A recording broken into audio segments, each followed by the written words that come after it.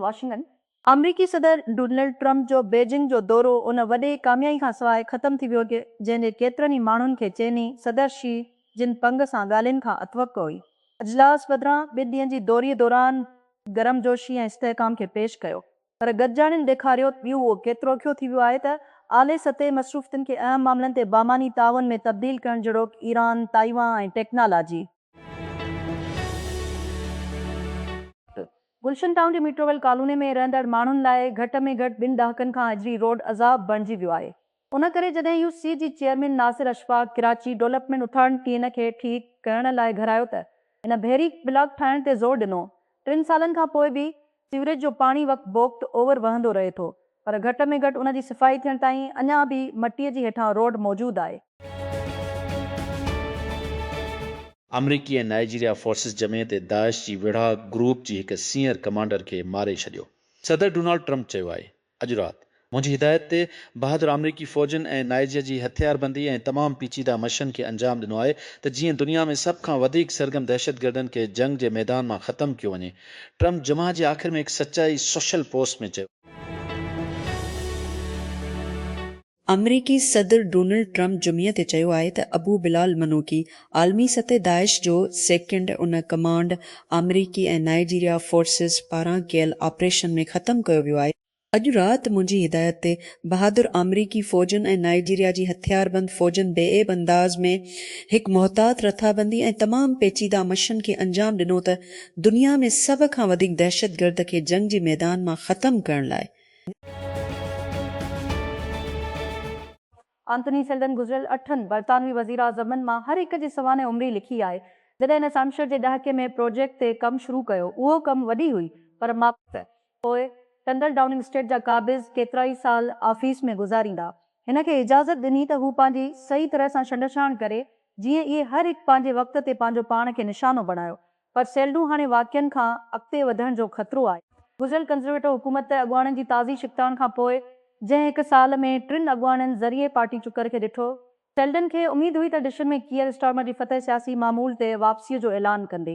त स्टार्मर जी labour party parliament में वॾी अक्सरियत हासिल कई ऐं क़ौमी तजदीद जी ॾह जो वाइदो कयो। पाकिस्तान जी ईंदड़ बजट हिकु मुश्किल हक़ीक़त खे साम्हूं रखे थी। रस्मी मैशत ओवरटेक्स आहे, सिड़ पकारी कमज़ोर रहे थी, बरामदात इलाइक़ाई तौर ते मुक़ाबिलो करण जी जदोजहद ऐं तनख़्वाह रखंदड़ माण्हुनि खे वधंदड़ टैक्स जे बार खे मुंहुं ॾियणो पवे थो, जेतोणीकि इफ़राद ज़र ख़रीदारीअ जी ताक़त खे ख़तमु करे थो। अञा ताईं बामूनी टैक्स रिलीफ हिकु वक़्त में माले तौर ते ॾुखियो नज़र अचे थो, जॾहिं मुआशी तरक़ी सस्त थी रही आहे, कर्ज़ जी ख़िदमत जी क़ीमत बुलंद रहे थी ऐं IMF नज़्मो ज़ब्त पॉलिसी जी चूंड खे महदूद करण जारी आहे। हिन परेशानीअ हिकु अहम क़ौमी बहस खे जनम ॾिनो आहे। जेकॾहिं पाकिस्तान दस्तावेज़ी कारोबार ऐं टैक्स अदा कंदड़नि ते बार घटाइण चाहे थो त उहो आमदनीअ जी नतीजे में थींदड़ नुक़सान जो अज़ालो कीअं करे सघे थो? जवाब उन ॻाल्हि खे तस्लीम करण में आहे त पाकिस्तान जो माली चैलेंज हाणे सिर्फ़ टैक्स वधाइण जो नाहे, इहो वधी रहियो आहे त कीअं रियासत जा सभई हिसा सनत, रोज़गार ऐं मुआशी तरक़े जी बहालीअ जी ज़िमेवारी विरहाई सघनि था। इन ज़िमेवारी में इहे सूबा बि शामिल आहिनि जिन में इम्कानी तौर ते रोज़गार पैदा थिए थो। विच ओभर जो सभ खां वॾो सालियानी मुआसिर आर्ट फेयर जुमा ते दबे में ईरान जी जंग जी पस मंज़र जी ख़िलाफ़ खोलियो वियो। घटि गैलियूं ऐं मामूल खां मुकामी ठाहे हिन साल इन जी 8वीं एडिशन में आर्ट दबई 1 महीनो देर सां खोलियो ऐं इलाइक़ाई तकरार खां पोइ स्केल थियल फॉर्मेट में मुंतज़मिन खे मजबूर कयो त हू पंहिंजनि मनसूबनि ते नज़रसानी कनि। मिलान फैशन वीक जुमे ते चयो आहे त उहो मदऊ कंदो हिसो वठंदड़ ब्रांड्स खे उन जी आला प्रोफाइल रनवे शोज़ ते फिर न ॾेखारण लाइ जज़्बे रिआयत में जानवरनि जी हक़नि जी कारकनि खे दॿाउ हेठि नेशनल चैम्बर ऑफ इतालवी फैशन CNMI जेको उन जी कारकनि जी दॿाउ हेठि आहे त हू शोज़ ते फिर ते पाबंदी मुड़ी वञी कुझु फैशन हफ़्तो लंडन, न्यूयॉर्क ऐं ॿिया मुख़्तलिफ़ अॻ में ई करे चुका आहिनि। बर्लिन जर्मन चांसलर फ्रेडरिक मर्ज़ जमे ते चयो त हू पंहिंजे ॿारनि खे हिन वक़्तु अमरीका में रहण या पढ़ण जी ख़िलाफ़ मशवरो ॾींदो, तेज़ीअ सां बदिलजंदड़ समाजी माहौल ऐं महदूद मौक़नि जो हवालो ॾींदे। तबसरा सदर डोनाल्ड ट्रम्प जी सरबराही में अमरीका ऐं उन जी यूरोपी इतिहादनि जे विच में शिकताण खे अजागर कनि था। वापार ते तकरार, यूक्रेन में जंगियुनि ऐं हाणे ईरान नेटो इतिहाद खे दॿाउ में विझी रहियो आहे। PTA MNNAs ॿिन्ही सूबनि में अमन अमा जे ख़राब थियण ते मर्कज़ जी ॿटी मयार ते सवाल उथिया। तारिक फज़ल चौधरी जो चवणु आहे त मामला आशा इस्लाम आबाद। वॾे वज़ीर त जे कानून साज़न PTA खां सवाल कयो त दहशतगर्दी ऐं लाक़ानूनियत बलोचिस्तान खे छो मुतासिर करे रही आहे ऐं उनखे करार ॾिनो, जंहिंखे उन हुकूमत जो 2 मयार करार ॾिनो जॾहिं उहो ख़ैबर पुख्तूनख्वा आयो। फ़ैसिलो वापारियुनि जी एहतजाज, शॉपिंग मॉल्स एसोसिएशन ऐं आम अवाम जी अपीलनि जी जवाब में आयो। लाहौर चैम्बर ऑफ कॉमर्स उन कदम जी आजियान करे थो, उन खे अहम कारोबार दोस्त कदम करार ॾेई थो। ख़ैबर पुख्तूनख्वा जी गवर्नर वॾे वज़ीर सूबे में पाबंदियूं घटाइण जो अज़म कयो। लाहौर मीपारनि जी एहतजाज, शॉपिंग मॉल्स एसोसिएशन ऐं आम अवाम पारां राति वॻी कारोबार बंदि करण जे वक़्त ते नज़रसानीअ जी अपील ते जवाब ॾींदे पंजाब हुकूमत जज़्बे रिलीफ ॾिनो आहे ऐं पहिरीं जूं ताईं मार्केटनि जी ते पाबंदी ख़तमु करे छॾी आहे। मोंग नो सीअ खे हलण लाइ ॿारनि जी ज़रूरत आई ऐं पंहिंजे जानवरनि खे पालण लाइ भाण जी ज़रूरत आई जीअं पोखण जी मौसम अचे थी। पर हिन जा अहम सामान खणी वेंदड़ जहाज़ ड्रॉयस मेल परे दुनिया जे अहम आबे रस्तनि मां हिकु ईरान जी गुलाम में फासी विया आहिनि। हाणे हारी हिसाब हलाए रहियो आहे। छा हू ज़िंदा रही सघे थो जॾहिं ॿारनि ऐं पोखीअ जो ख़र्च चांवर वकिणण जी कमाईअ खां वधीक अची वञे। अमरीकी सदर डोनाल्ड ट्रम्प चयो आहे त हू ईरान तरफ़ां 10 सालनि जी उन जी जोहरे प्रोग्राम जी मुआतले खे क़बूल कंदो, जंहिं में उन जे मुकमिल ख़ात्मे जी मुतालबे खां परे पोज़ीशन में तब्दीली जी तस्दीक थींदी। ट्रम्प चयो त उहो हक़ीक़ी 10 साल हुजणु घुर्जे। अॻे हिन ईरान ते ज़ोर भरियो आहे त हू मुस्तक़िल तौर ते यूरेनियम जी अफ़ज़ूदगी खे बंदि करे हिकु हथियार ठाहिण में हिकु स्टेज ऐं कॾहिं बि एटमी हथियार हासिल करण खां रोकियो वञे। हिकु रिटायर्ड फ्रांसीसी स्पोर्ट्स टीचर हिकु 60 सालनि जी छोकिरे खे ऑनलाइन जिंसी प्रपोज़ल कंदे पकड़ण खां पोइ हिरासत में आहे। सम्झे त सालनि जी छोकिरी 6 सालनि जी छोकिरी न हुई। तिबी ज़रियनि मूजिबि गज़ा शहर में हिकु रिहायशी इमारत ऐं हिकु शहरी गाॾीअ ते इसराइल जी 2 हमलनि में घटि 7 फ़िलिस्तीनी मारिजी विया ऐं केतिरा ई ज़ख़्मी थी पिया आहिनि। जमे ते मौत वाक़िअ थिया जॾहिं इसराइल चयो त अज़ाम हमास जी हथियारबंद वंग जे सरबराह अज़ालुद्दीन अल-हद्दाद ते हमिलो कयो।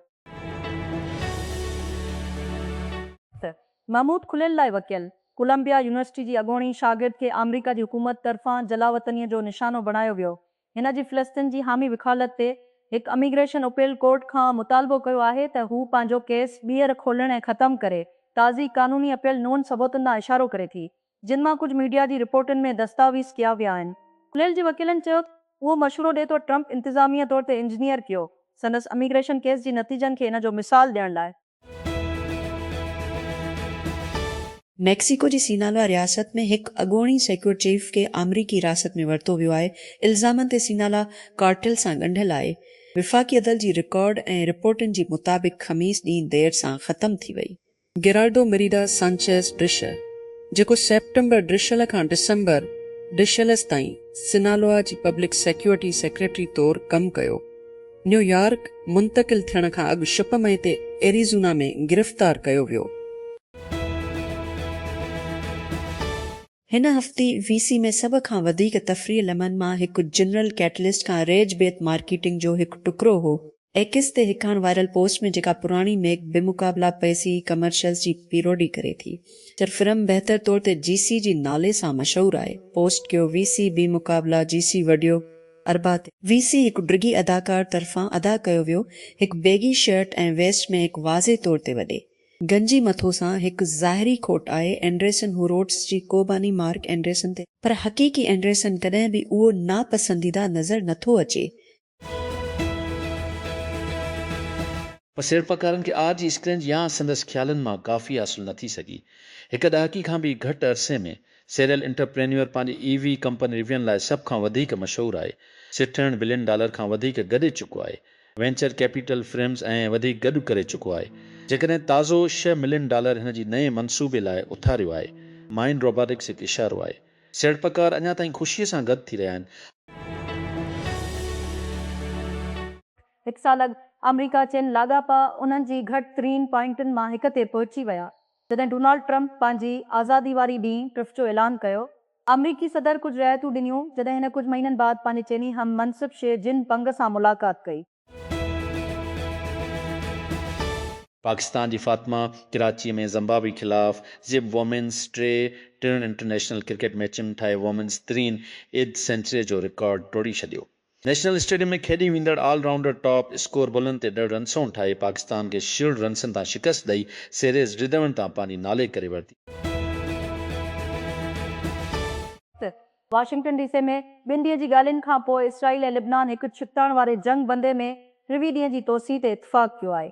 अमरीकी स्टेट डिपार्टमेंट चयो, असांखे उमेद आहे त हीउ बहस ॿिन्ही मुल्कनि जे विच में पाइदार अमन, हिक ॿिए जी ख़ुदमुख़्तियारी ऐं इलाइक़ाई सालमियत खे मुकमिल तौर ते तस्लीम करणु ऐं उन्हनि जे गॾियल सरहद ते हक़ीक़ी सिक्योरिटी क़ाइमु करणु। स्टेट डिपार्टमेंट जी तर्जुमान टॉमी पिगेट चयो, यूक्रेन जी सदर वोलोदिमीर ज़ेलेंस्की जो चवणु आहे त रूस जी तेल जी सनत ऐं फ़ौजी पैदावार जी सहूलियतुनि खे निशानो भरण हमला मुकमिल तौर ते जाइज़ आहिनि, जॾहिं मॉस्को क्यूव में हिकु अपार्टमेंट ब्लॉक खे फ्लैट कयो, घटि में घटि 3 माण्हू मारिजी विया। जुमे ते ज़ेलेंस्की ख़बरदार कयो त रूस जे हमलनि खे सज़ा न ॾिनी वेंदी। हिन चयो त हिन सीनियर फ़ौजी सिक्योरिटी ऐं इंटेलिजेंस ऑफिसरनि सां डिघी रेंज हमलनि ते बहस कयो आहे। जीअं त ख़मीस जे हमले खां पोइ क्यूव में मातम जो ॾींहुं मिलायो वियो हो। गादी वारी हन डार्नेट्स्की ज़िले में 9 मंज़िला अपार्टमेंट ब्लॉक चीन रफेल बूम जेट ख़रीद करण ते इत्तिफ़ाक़ कयो आहे। इम्कानी तौर ते उज़ीन जहाज़नि ताईं वधण जो हुकुम। अमरीकी सदर डोनाल्ड ट्रंप चयो आहे, वधीक चयो त जहाज़नि में जी एरो स्पेस उंजण हूंदी। डेल में तक़रीबन लफ्ज़ जहाज़ ऐं इंदिरे ताईं जो वाइदो शामिल आहे जेकॾहिं इहे सुठो कमु कनि। ट्रंप जमे ते एयरफोर्स वन ते सहाफ़ियुनि खे ॿुधायो। डेल बाबति वधीक तफ़सील जीअं त कहिड़े क़िस्म जी जहाज़नि ऐं जॾहिं ऑर्डर पहुचाए वेंदी फौरी तौर ते दस्तियाब न हुआ। कैनाडा जो वज़ीर आज़म मार्क कार्नी अल्बर्टा जो दौरो करे रहियो आहे।